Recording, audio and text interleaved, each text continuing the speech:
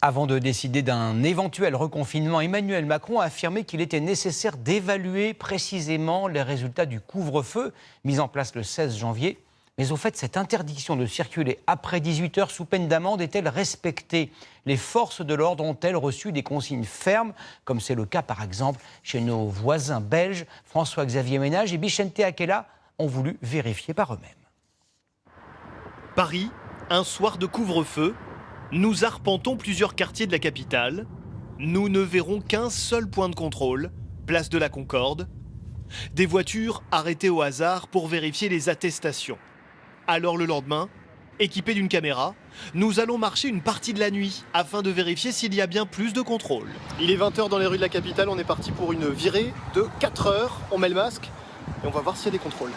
Sur les boulevards, dans les quartiers plus résidentiels, près du périphérique, pas beaucoup de Parisiens dans les rues, mais surtout pas un policier, pas un contrôle sur notre chemin. Nous avons pourtant marché 22 km dans la capitale.